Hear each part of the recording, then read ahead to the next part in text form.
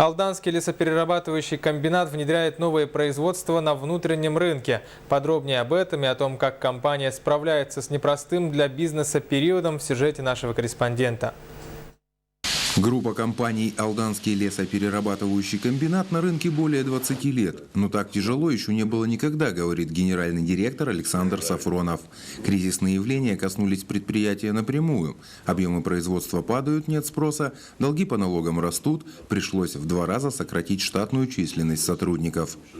Положение в связи с этими всеми, будем говорить, и кризис, и это недальновидная политика наша местная, хорошему не приведет.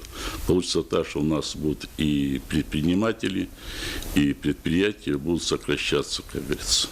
Непосильной ношей для бизнеса стали и ставки земельного налога, которые с введением нового кадастрового периода выросли в разы.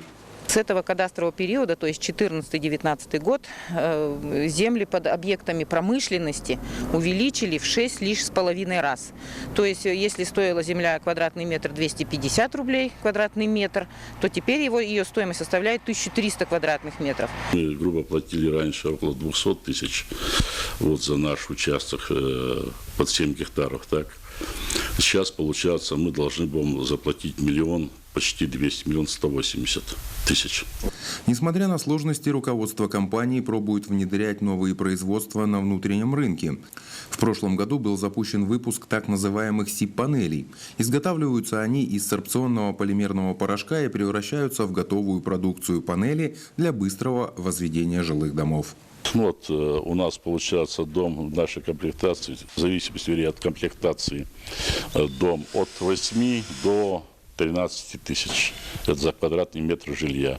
То есть, грубо говоря, дом 10 на 10, я опять вертаюсь, 100 квадратов, где-то получается от 800 до 1 300 000 стоимость, плюс уже сборка. СИП-панели уже нашли применение. В Алдане из них возведены 2 многоквартирных дома для детей-сирот, скажем так, госзаказ.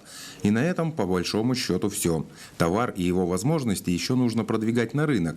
А это также дополнительные издержки для предприятия, которые, как гласят законы рыночной экономики, закладываются в конечную цену товара. Руслан Павлов, Сергей Шипачев, НВК «Саха», Алдан.